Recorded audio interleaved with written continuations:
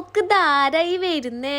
എത്ര പെട്ടെന്നാലേ നോമ്പ് 20 ആവാനായത്. അപ്പൊ നമുക്ക് എന്തെങ്കിലും തിന്നാൻ പോവാ. പൂതിക്ക് ഒരു മാങ്ങ ഉപ്പിലിട്ടാ വാങ്ങാന്ന് വിചാരിക്കുമ്പോ ഓരുണ്ട് കാന്താരി മുളകിട്ട മാങ്ങ കാണിച്ചിരുന്നു. ഞാൻ പറഞ്ഞു നോ നെവർ അസിഡിറ്റി.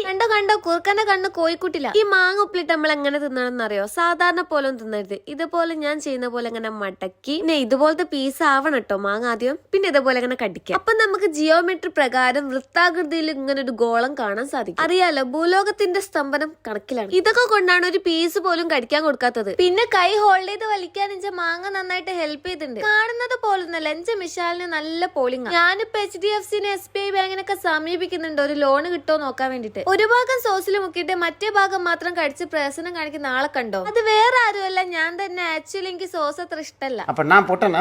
ഇത്രയും ഞാൻ ചെയ്തുകൊണ്ടിരിക്കും. ഞാൻ പൊട്ടനാ? മിഷാലിന്റെ മുന്നിൽ നിന്ന് പിന്നെ ഒന്നും ചെയ്യാൻ പറ്റില്ല. ലോൻ ഇന്നതും പറഞ്ഞിട്ട് നന്നായിട്ട് വാരിക്ക്. ഹിന്ദി സീരിയലിലൊക്കെ കെട്ടാൻ പോകുന്ന ആളെ ഇതേപോലെ അരിപ്പോണ്ട് നോക്കലുണ്ട്. എന്റെ മോളെ അത് എവിടെയും പോയില്ല, അവിടെ തന്നെ ഉണ്ടാവും. ആരെങ്കിലും എടുക്കോന്നുള്ള പേടിയിൽ 2 എണ്ണൊക്കെ ഒരുമിച്ച് നിന്ന് എന്നെ ഞാൻ തന്നെ ട്രോളുന്നു.